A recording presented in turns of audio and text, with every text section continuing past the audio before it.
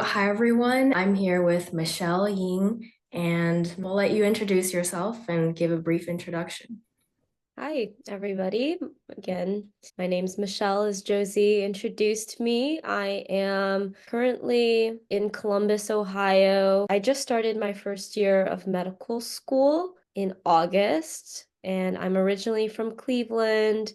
I grew up there. I was there for 18 years, didn't move around, and then I went to UVA for my undergrad, which was a really great experience to kind of move out from my hometown and took a gap year, and now I'm here. So, what inspired you to become like a medical student?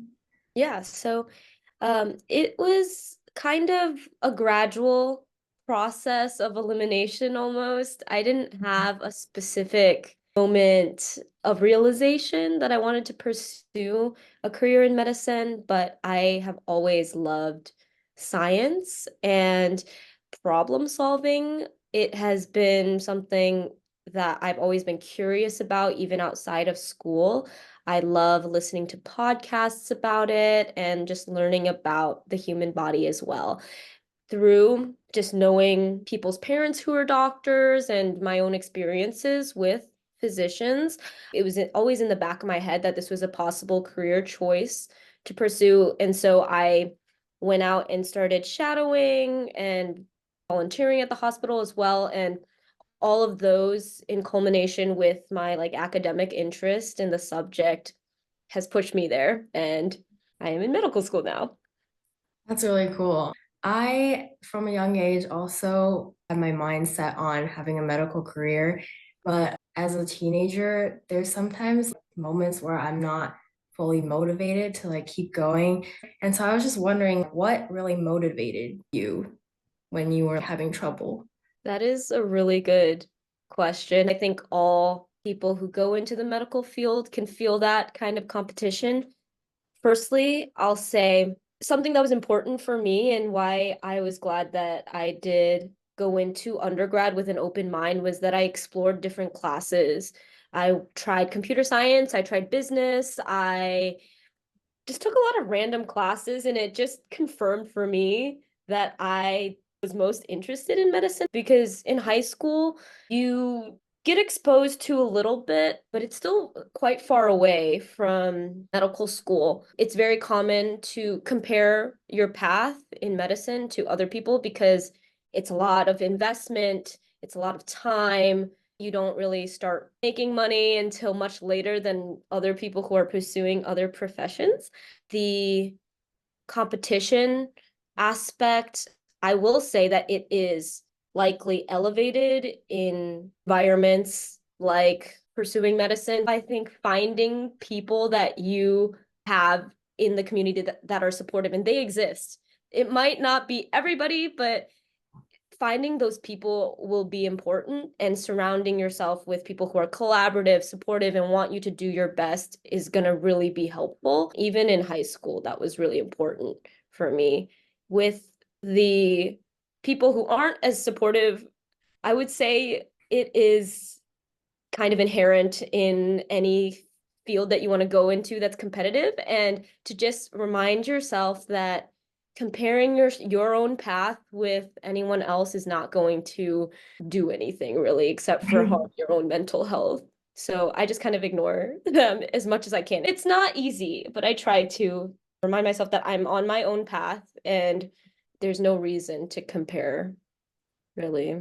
That's a great reminder. I think that we can all learn to do that because sometimes it's hard to ignore what other people are doing.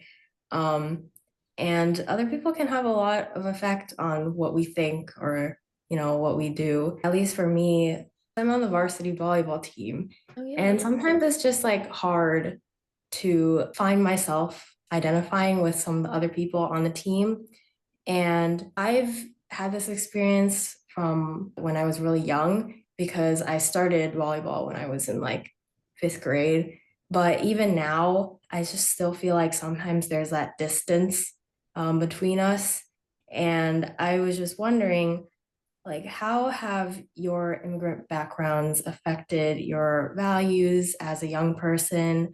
And Yeah, were there any moments where you felt discouraged? Yeah, it's definitely a unique experience. And I found that when I was younger, growing up here in Cleveland, in the Midwest, there isn't a huge Asian community, but I am grateful that my parents are pretty involved in the Chinese community around here. They immigrated around 1995, and then I was born a few years later, and we've been in Ohio the whole time. Mhm. I had been going to Chinese school until eighth grade, I think. So I was there for many, many years, and that really helped me develop an appreciation of where my parents come from. And, I have their face, like people can tell that I am not white American, which is the majority. So being confident in my parents' culture, I think was really important growing up. Mhm. And I surrounded myself a lot with other friends whose parents were Chinese, so I could have deeper conversations about that unique experience where you have a cultural gap with your parents. Some things it's hard to communicate or for them to understand, and the difference between American culture and Chinese culture, which can feel like two parts of yourself when you're going from your home to the outside world in school and beyond. I really had a great network of people to talk Mhm. about our shared experience, which was extremely helpful because that allowed me to go into college and meet people from different backgrounds because I was at that point 18. I was able to make a lot of friends from other backgrounds and finally feel more connected to them because I was comfortable sharing my own experience so they could share their differences rather than us just having that difference and making it feel like a distance, like you had explained with your volleyball team. I do Mhm. think that it comes with time and a lot of self-reflection. I just remember like this one experience that I had. It was with my travel team, so this is different than my school team, but it's still similar. Like we were discussing what we were gonna have for dinner, Mhm. or like at what restaurant. And so they were all saying, oh, like we should go get like pasta, we should go get like pizza and like things like that. And I was like, oh yeah, sure, like totally, I'll get pizza with you.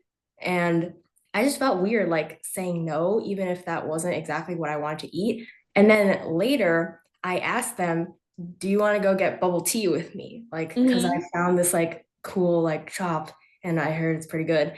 And I just wanted to see if you want to check it out. And everyone was like, I'm okay. I'm not saying that I'm offended that you're not coming with me to get bubble tea, but I just feel like that's just kind of the difference between like the different cultures. So were there any instances where you think your cultural background may have provided like unique insights into like either medicine or just school or life? Yeah, a lot, I think. It's Hmm. a big part of who I am.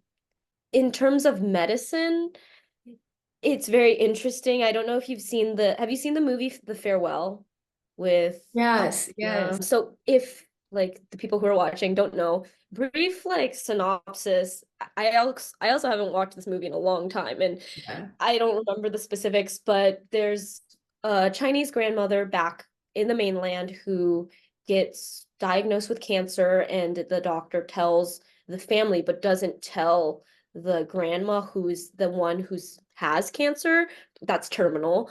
And basically, the ethics of medical autonomy are different in China than the US, let's say.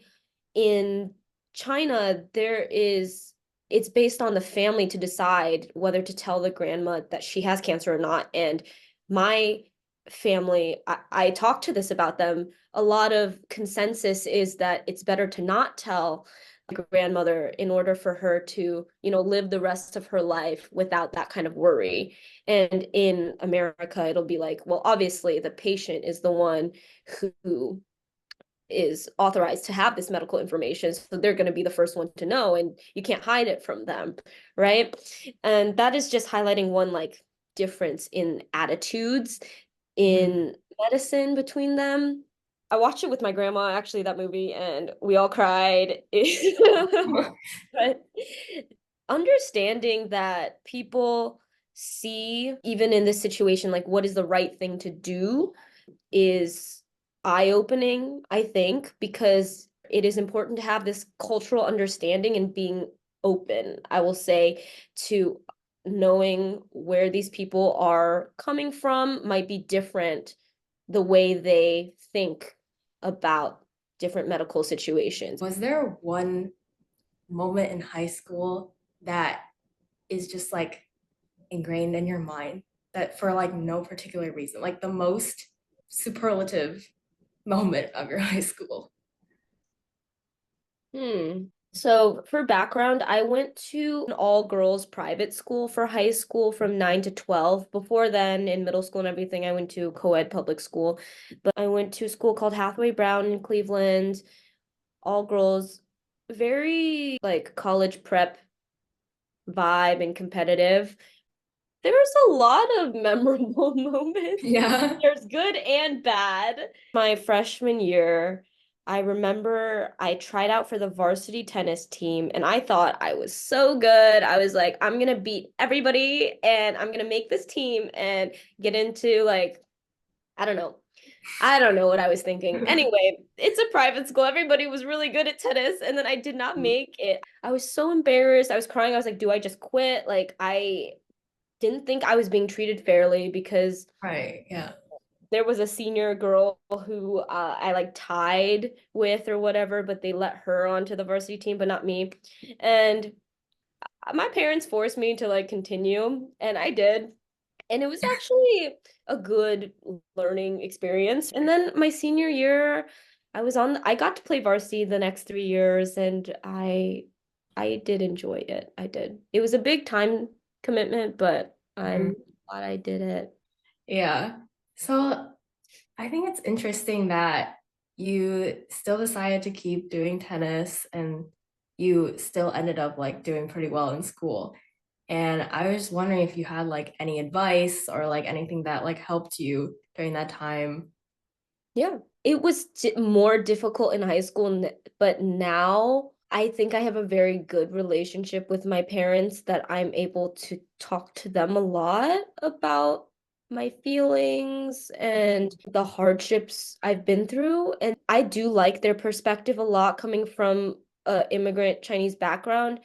I think a big thing that Chinese people emphasize is humility and Mhm. being, again, that ego of mine that needs to be tamed, like being grateful for what I have Mhm. and proud of myself and confident in myself, but knowing that there are other people out there that deserve things too. And for me to stay in my own lane. Specific advice, I honestly, the most helpful thing that I had when I was going through hard times, I just wanted people to listen to me and understand my feelings and that I was feeling sad. And it was a matter of maturing and growing up. I guess a general like thing that I've seen on the internet or heard is like rejection is redirection. I like that a lot. Yeah. I think I do have a lot of like sensitivity to rejection because I had suffered from perfectionism a lot in my life Mhm. and getting over that by seeing the new opportunities and being optimistic and a positive person has helped a lot. I was definitely pessimistic in high school and beforehand, but I've grown to try to see things more positively and believe that good will come and just be more hopeful. Even if things don't work out, it has drastically altered like my quality of life, I'll say. Mhm. Yeah, that's great to hear. I like the rejection is redirection. Yeah. That's a good life It's motto. it's rung very true in my life. Yeah, I mean, these were great insights. Thank you so much for joining me today. Yeah. Thank you for having me.